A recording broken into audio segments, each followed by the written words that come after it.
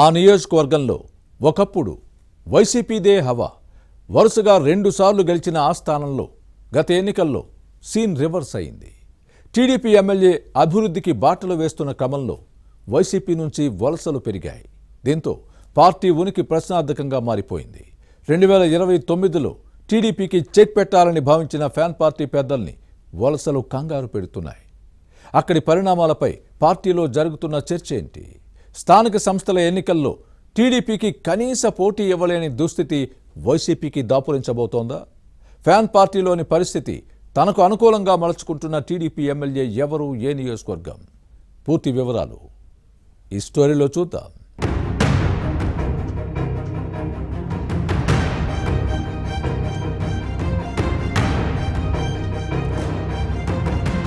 బండ్లు ఓడలు, ఓడలు బండ్లు అవుతున్నాయనే సామెత రాజకీయ పరిణామాల్లో ఎక్కువగా గుర్తుకు వస్తోంది. గత ఎన్నికల తర్వాత రాష్ట్రంలోని పలు నియోజకవర్గాల్లో వైసీపీ పరిస్థితి రోజు రోజుకు దిగజారుతోంది. అంతర్గత కుమ్ములాట్లు శృతిమించి బహిర్గతమై బజారున పడుతున్నాయి. ఉమ్మడి శ్రీకాకుళం జిల్లాలో ఇది మరింత ఎక్కువగానే కనిపిస్తోంది. ప్రస్తుతం విజయనగరం జిల్లాలో ఉన్న రాజం నియోజకవర్గంలో ఫ్యాన్ పార్టీ భవిష్యత్తు ప్రశ్నార్థకంగా మారుతోంది. నాయకత్వ లోపం పార్టీ క్యాడర్ను దిక్కుతోచని స్థితిలోకి నెట్టేస్తోంది. ఇదే అదనుగా స్థానిక టీడీపీ ఎమ్మెల్యే కొండ్రు మురళీమోహన్ వ్యూహాత్మకంగా అడుగులు వేస్తున్నారు. వైసీపీలోని ప్రతికూల పరిస్థితులను తనకు అనుకూలంగా మలుచుకోవడంలో మాస్టర్ ప్లాన్ అమలు చేస్తున్నారు. నియోజకవర్గంలోని రాజం, సంతకవిటి, రేగిడి, వంగర మండలాలు వైసీపీ క్యాడర్ వలస బాట పట్టిన నిలువరించే నేతలు లేరు. దీంతో ఫ్యాన్ పార్టీ నుంచి పక్కకు వచ్చి సైకిల్ ఎక్కేస్తున్న వారి సంఖ్య క్రమంగా పెరుగుతోంది.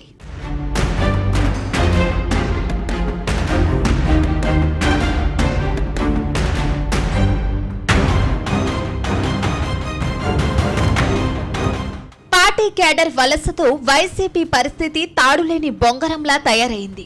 వర్గ విభేదాలే ఇందుకు కారణం. మాజీ ఎమ్మెల్యే కంబాల జోగులు, ప్రస్తుత ఇన్ఛార్జ్ తలే రాజేష్ గ్రూపులు ఆధిపత్యం కోసం కుమ్ములాడుకుంటున్నాయి.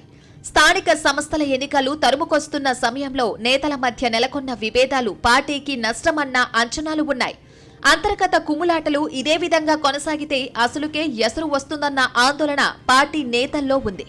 దీనికి తోడు తెలుగుదేశం శాసనసభ్యుడు కొండ్రు మురళీమోహన్ స్పీడును తట్టుకోవడం రాజం వైసీపీ నేతలకు సాధ్యం కావడం లేదు. ఇలాంటి పరిస్థితుల్లో పార్టీని నమ్ముకుంటే నట్టింట మునగడం ఖాయమని భావిస్తున్న నేతలు మెల్లగా టీడీపీలో చేరుతున్నారు. ఫలితంగా జిల్లాలో ఎక్కడా లేని విధంగా ఫ్యాన్ పార్టీ నేతలు పసుపు కండువాలు కప్పుకుంటున్నారు. దీంతో వైసీపీ ఖాళీ అవుతోంది.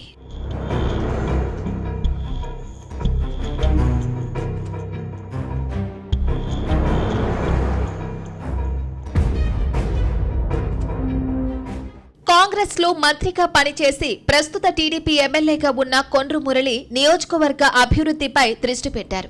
కూటమి ప్రభుత్వం అధికారంలోకి వచ్చిన ఏడాదిన్నరలో అపరిష్కృతంగా ఉన్న సమస్యలను గుర్తించి పరిష్కరించారు. రాజం నియోజకవర్గంలో 120 కోట్లతో పలు అభివృద్ధి పనులకు ప్రణాళికలు సిద్ధం చేశారు. వైసీపీ నేతలు టీడీపీ వైపు ఆకర్షితులు అవడానికి ఇదే ప్రధాన కారణం.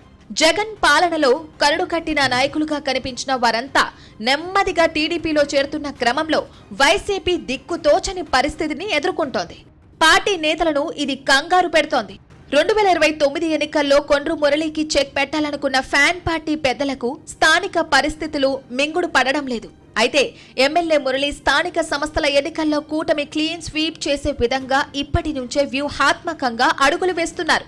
పార్టీ కోసం కష్టపడ్డ నేతలకు ఇబ్బందులు తలెత్తకుండా సర్దుబాటు చేసుకుంటూనే ఫ్యాన్ పార్టీ నేతలకు పసుపు కండువాలు కప్పుతున్నారు. ఇప్పుడప్పుడే రాజంలో ఎమ్మెల్యే మురళి అసలు రాజకీయాలకు పదును పెడుతున్నారని వినిపిస్తోంది. ప్రస్తుతం నియోజకవర్గంలో జరుగుతున్న వలస చేరికలు భవిష్యత్తులో వైసీపీ మనుగడకే ప్రమాదమన్న చర్చ సాగుతోంది.